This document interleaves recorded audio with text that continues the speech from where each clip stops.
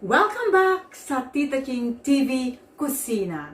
Ayan. Ngayong gabi po ay magluluto po ako ng aming hapunan. Siguro naman nahulaan na ninyo kung ano ang aking lulutuin, o di ba? Ito ang mga ingredients. Sino makakahula? Pinakbet time. Okay, so ayan, umpisahan na natin i-prepare ang ating mga ingredients. Okay guys, ayan, na-prepare ko na po yung ating mga ingredients. At ito na po ang ating pinakbet ingredients. This is Ilokano Style guys, Ilokano Style. At ala Tita Ching TV. Ayan. Kasi Ilocano si Tita Ching TV, kaya of course, my pinakbet is Ilocano Style. So, ang ingredients ko ay ito po. Si kalabasa or squash. Mayroon din akong okra, sitaw, talong. Yan po, ibinabad ko po siya sa malamig na tubig para hindi siya masyadong maging brown. Ito po yung aking ampalaya.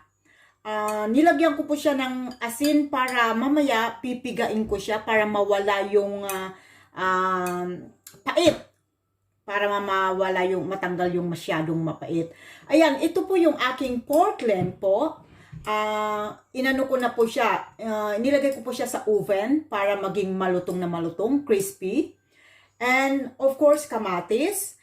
And here, on the side, I got here my luya, onions, my garlic, and of course, my bagoong isda. Bagoong isda po ang aking gagamitin dahil nga po ay pinakbet Ilocano Style.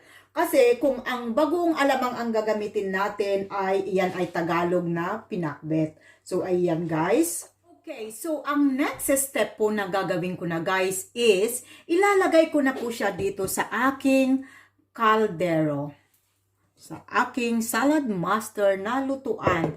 And remember guys, this is Tita Ching TV way.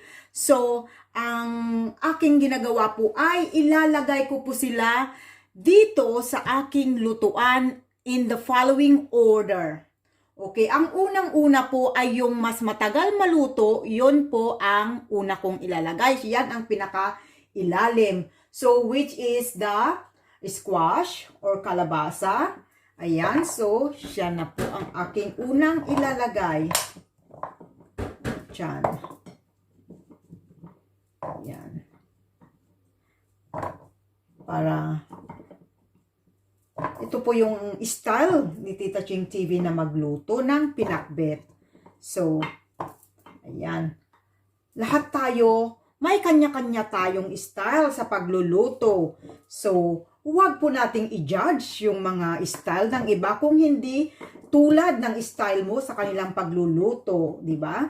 Ayan, so iyan ang unang-una dahil kalabasa is mas mahirap lutuin. And then, susunod ko po ilagay ay ang string beans. Ayan. String beans. And ayan, ng string beans. So next is the ampalaya. Ayan.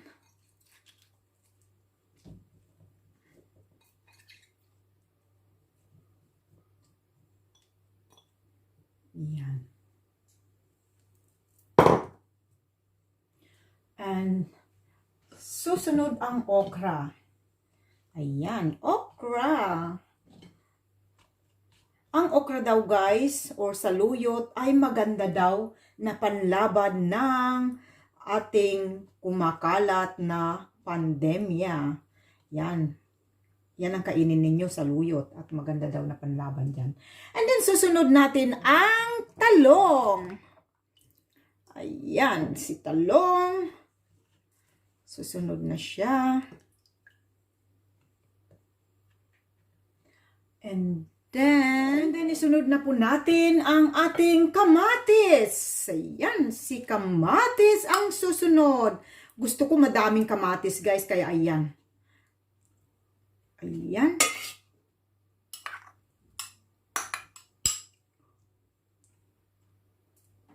Okay.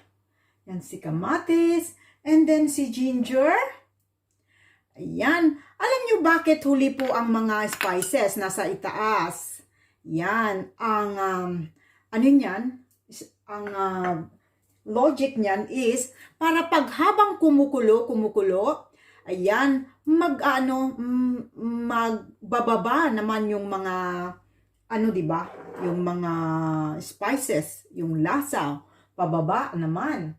And then garlic, we put the garlic on top.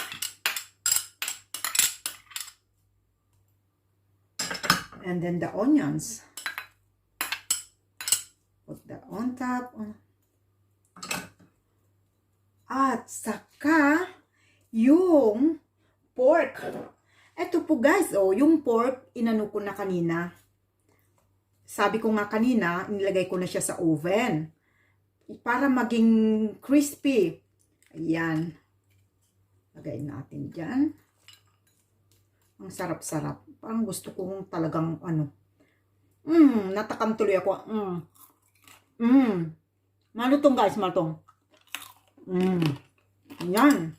Yung ganun kalutong ba?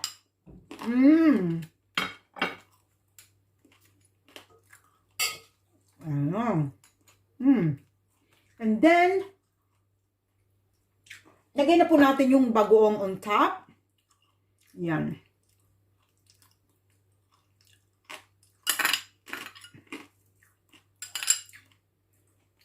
Tablespoon lang muna ang nilagay ko guys. Pero of course mamaya, titikman mo syempre.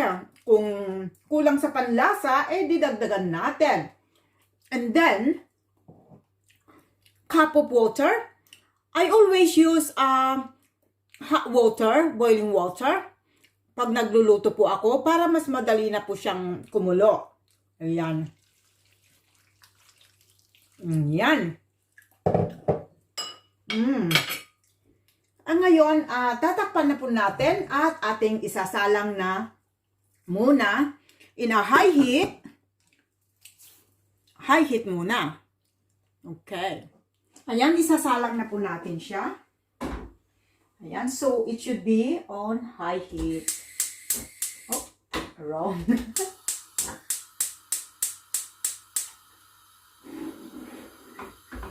Yan. Okay guys, so hayaan lang muna natin siya na kumulo. Pag kumulo na, i-lower down natin yung heat. Low heat na po siya hanggang maluto.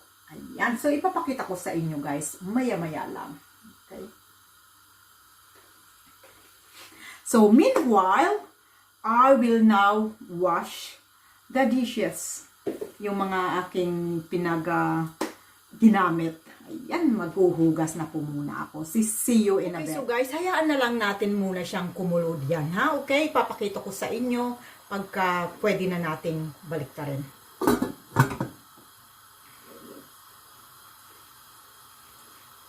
Ayan guys, tumutunog na ang valve ng aking lutuan. Yes! So, ibig sabihin, mainit na po siya sa loob. So, kaya ang gagawin ko is lower down na yung apoy. Yan. So, hayaan ko lang ulit. Alahaan ko muna siya ng kumulo-kumulo dyan. And I will check it in a few guys. Amoy na amoy ko na yung yung spices, yung amoy ng ginger, yung mix, pinaghalong bango ng ginger, onions, at saka yung garlic, at saka of course yung bagoong. Ayan, mga ngamoy na. Sa atin, na Filipino, ayan, bangon-bango tayo, sarap na sarap. Pero sa mga ibang lahi, some of them, they don't like it, the smell of the bagoong. Yan. Pero, ang hobby ko, ayaw niya kumain ng may bagoong. Pero, hindi siya nagsasabi na ayaw niya magluto ako. Because I know someone na hindi sila pwedeng magluto ng ng pagkain Pinoy sa kanilang bahay pag ang asawa nila ay puti. Pero yung sa akin naman, anything I can cook it. Kaya walang problema sa kanya. Yan. So, I'll show you later. Okay, guys. I-stir na natin. Slowly stir. Para yung nasa ibabaw, pupunta naman siya sa ilalim. Yan. Yan.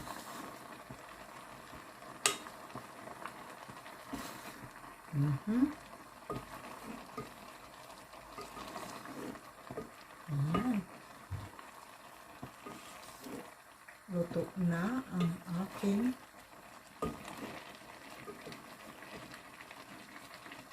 ayan. Konting ano na lang, guys.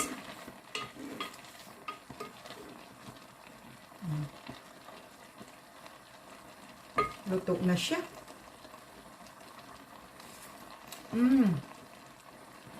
Nice. Manamis-namis.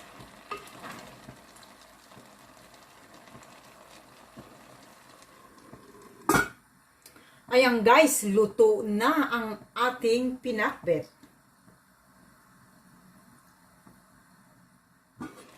Ayan, guys, luto na siya. Wow, wow, wow. Sarap-sarap na. So, I'll just taste kung tama na yung aking panlasa. Okay, yes, tamang-tama lang, guys. Tama lang. Yan, sarap. Patayin na natin yung apoy para hindi. Ayan. Okay, dish of the day is pinakbet. Ayan, ililipat ko na siya dito. Ililipat na natin. Sandukin na.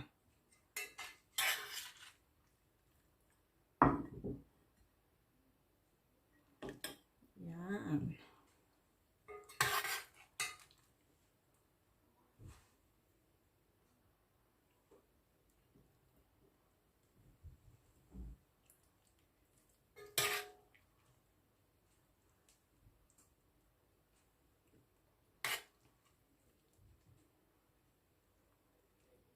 Okay.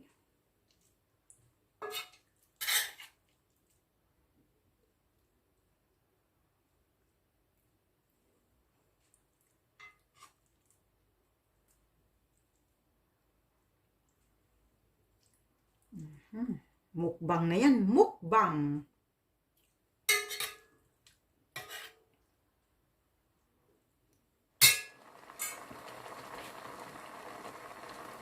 Okay guys, ito na po ang aking finished product na pinakbet. Pinakbet ala Tita Ching TV style. Ilokano pinakbet. Ayan. Imumukbang ko na ito. Well, I'll just take this, just want to take this opportunity now to have a quick shout out para sa aking mga members.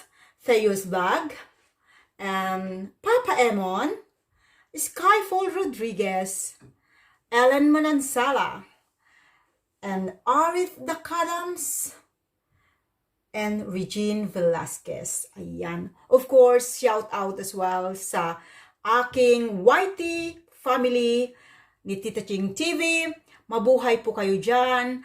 At ang Premier 101. Ayan.